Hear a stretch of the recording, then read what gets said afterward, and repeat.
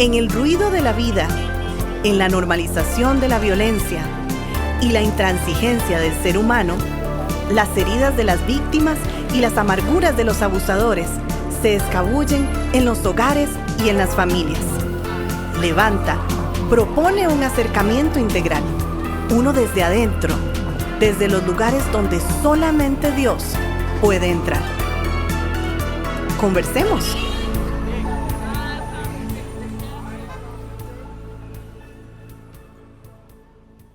Llegamos al mensaje final de nuestra conferencia el pasado 4 de noviembre, donde pudimos conversar sobre la comorbilidad. Mi hermano, ¿de qué hablamos ese día? Acerca de este tema que suena como tan técnico, sí, pero se trata de ir viendo la problemática del acto violento como una serie de circunstancias y de consecuencias. Eso justamente fue lo que expusimos en esta primera parte de esta conferencia. Muy bien, escuchamos entonces.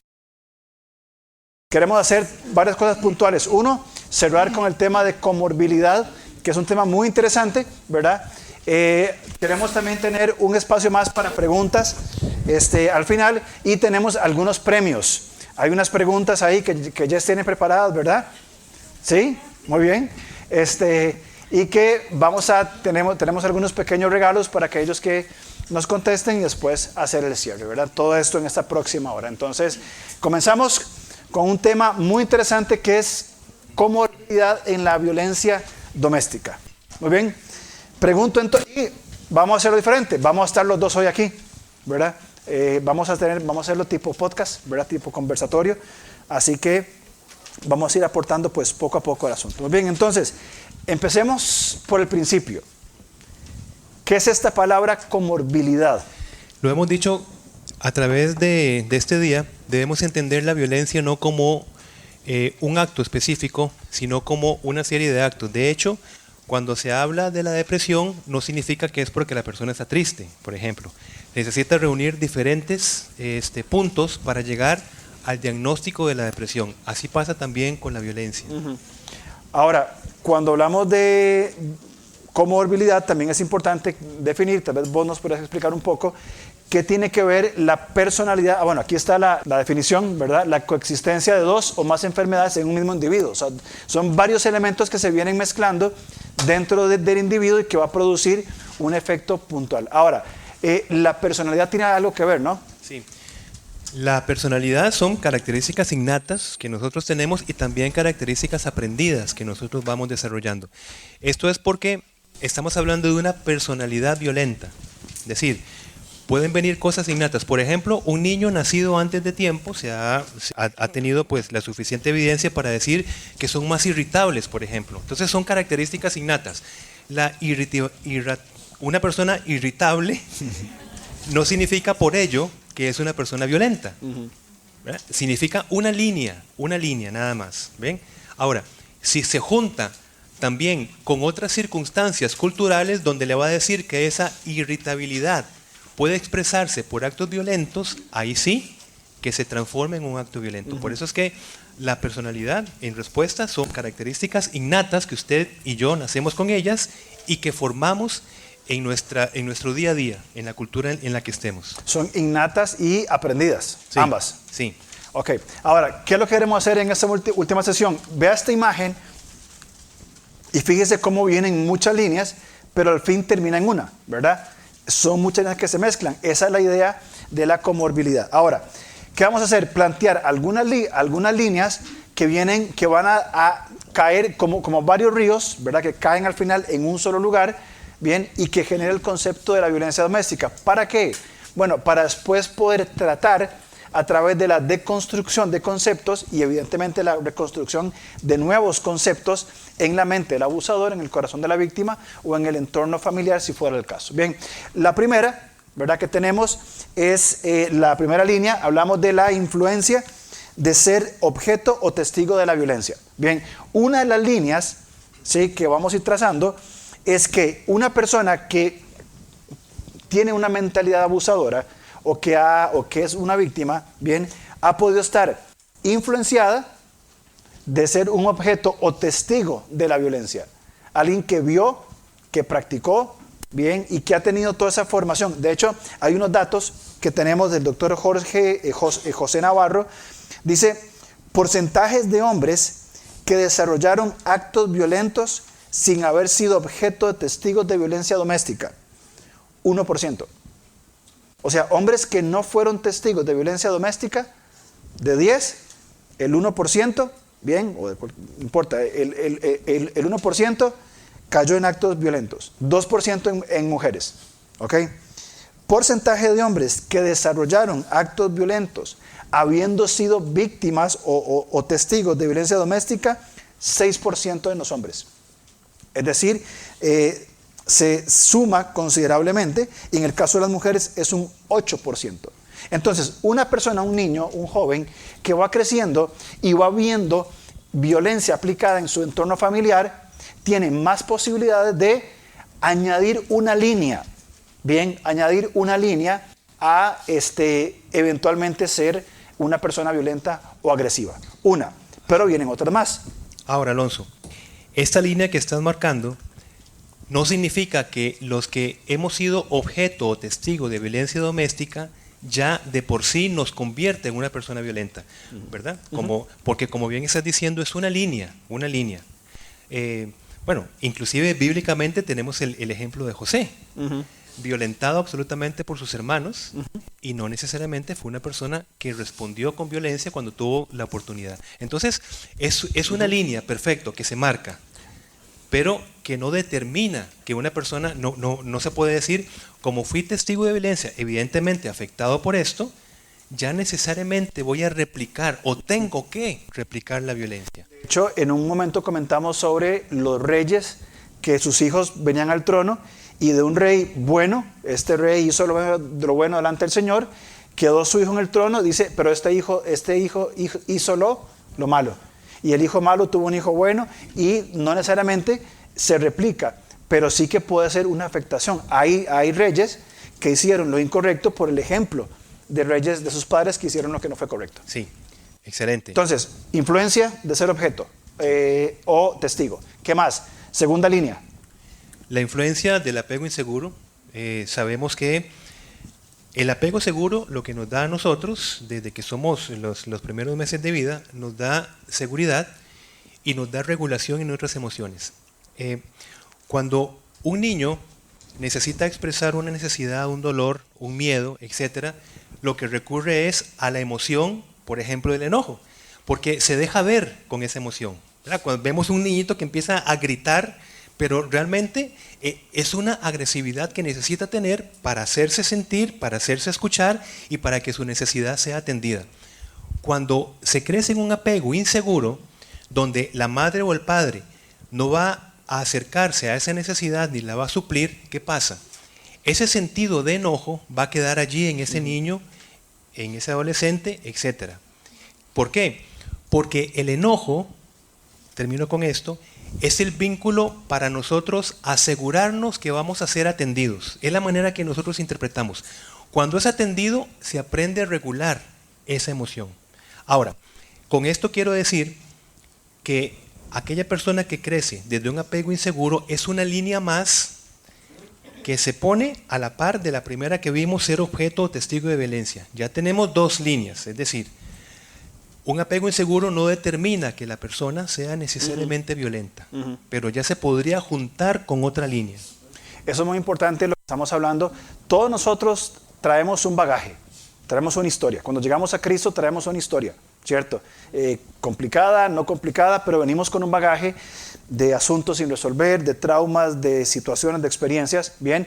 Que esto nos va a dar a nosotros la habilidad de entender, ¿verdad? Y lo hablo en primera persona por mi historial personal.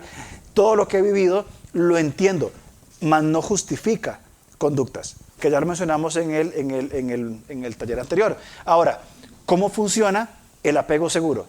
Porque nos explicaste que tiene que ver con una idea de me hago sentir y se podría unir a otra línea. ¿Cómo funciona el apego seguro? ¿Cuál es la idea?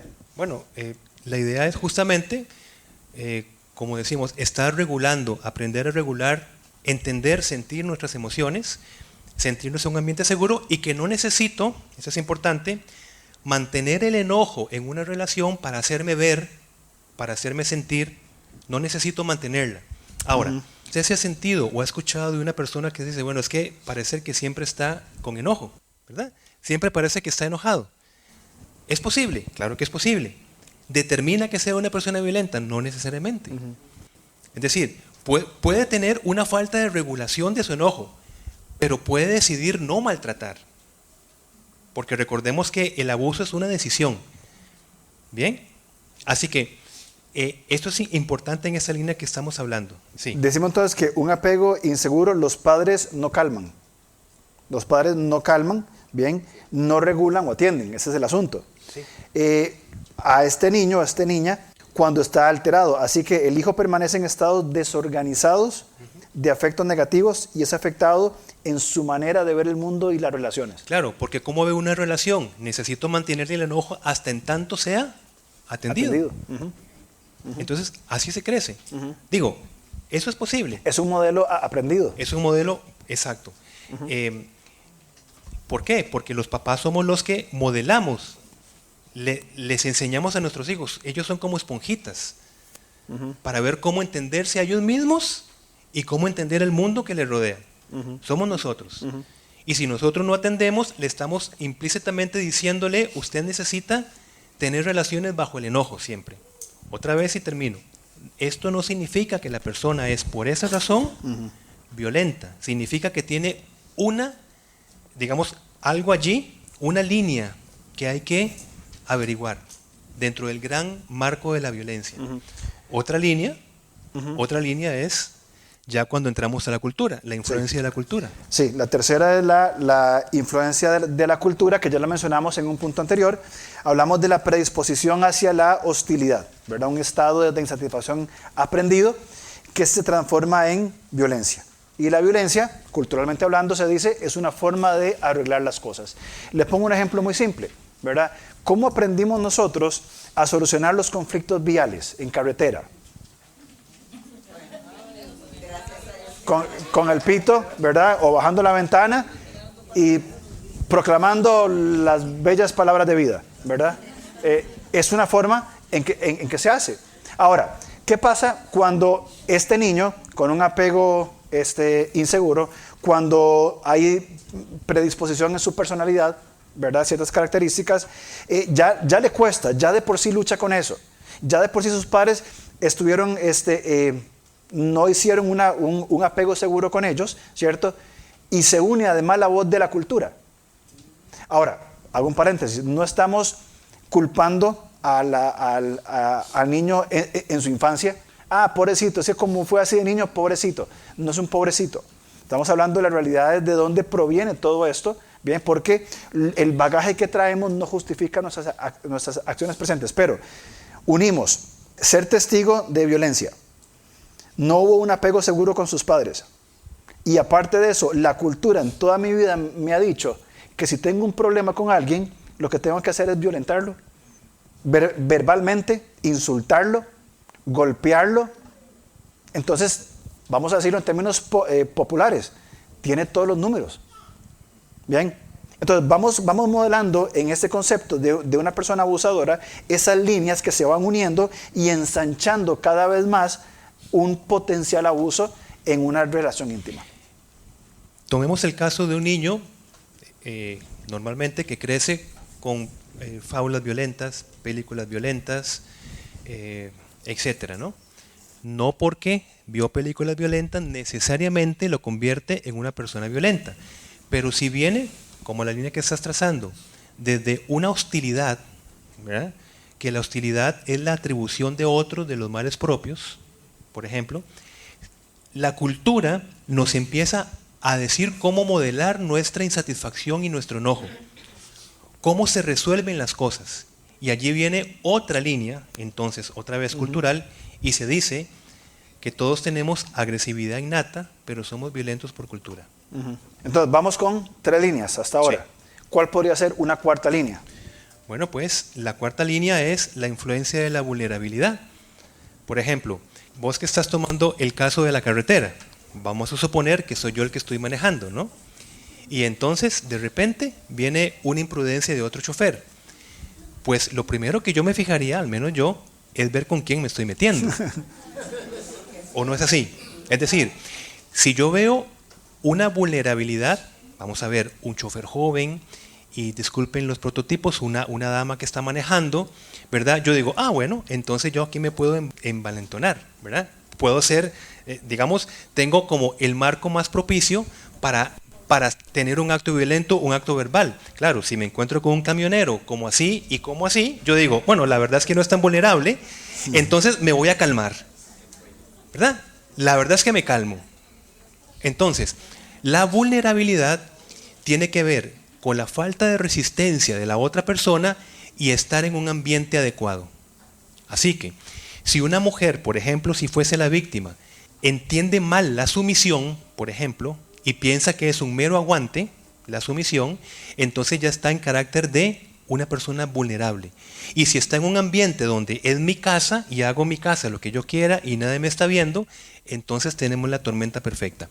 Otra vez, y termino con esto, mi hermano, no significa que la primera persona vulnerable que yo me encuentre voy a ser violento con esa persona. Significa que yo estoy reuniendo muchas cosas en mi personalidad violenta, ¿verdad?